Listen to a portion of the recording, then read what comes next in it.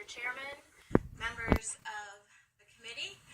I am happy to be before you this morning to testify on House Bill 786 related to rifles and shotguns. I will attempt to be brief, and then my panel will go next. And so we only have two panels. We did not haul out a lot of people to come before you today. As I was driving up this morning, I saw the signs, "We will not comply," and "To hell with the Maryland Democrat tyranny." And one of those is quite frightening, quite frankly. "We will not comply." I'm not sure what the intent of that is. But it made me think of my three children, which is why I put this piece of legislation forward. Those of you who know me know that I really am focused on the well-being and safety of every single family in this state, which includes the families of those that oppose this piece of legislation. The past few years have caused me to have slight anxiety about several things, particularly those of you who are new, sit on this committee for a few years and you'll start to think about a couple of things too. But one of those are mass shootings. Shootings at schools, shootings at the malls, shootings at the movie theaters. When I go to the movies now with my three kids, I'm looking at all the exits. I'm wondering, how am I going to get my kids out should something happen? When I take them to the mall, I think the same thing because there was a shooting at the Columbia Mall several years ago. When I take them to the park or anywhere where there's lots of individuals, I have this worry, and that is not something that we should be concerned about today. My kindergartner and first grader should not be doing shelter-in-place drills at their elementary school, and neither should any of your kids. This is not an anti-Second Amendment piece of legislation. This is not a piece of legislation saying we do not want you to have your shotguns and rifles.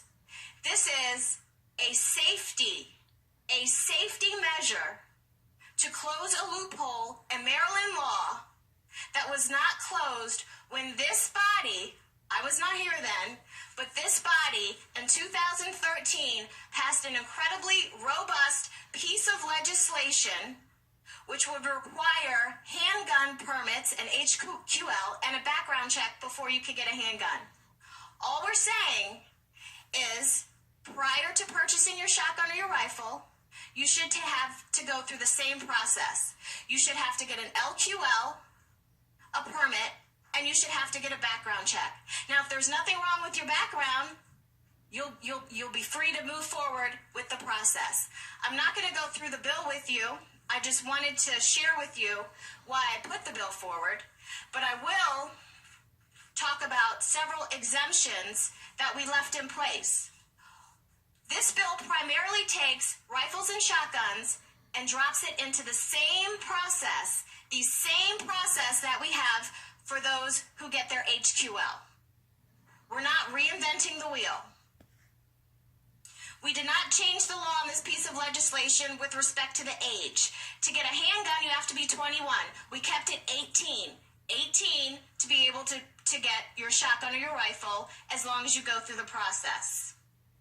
Several notable exemptions are transfers between immediate family members, transfers necessary to prevent imminent injury or death, temporary transfers, including those at shooting ranges, while hunting, and at shooting competitions, and transfers of antique firearms and curios and relics.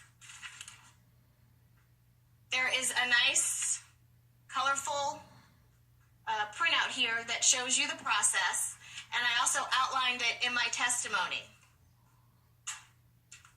On May 18th, 2018, it was not a semi-automatic rifle that was used to murder 10 students and teachers at Santa Fe High School in Texas.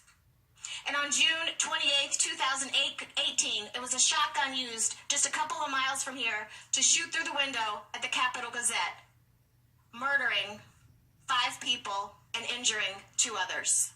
This is a bill about safety.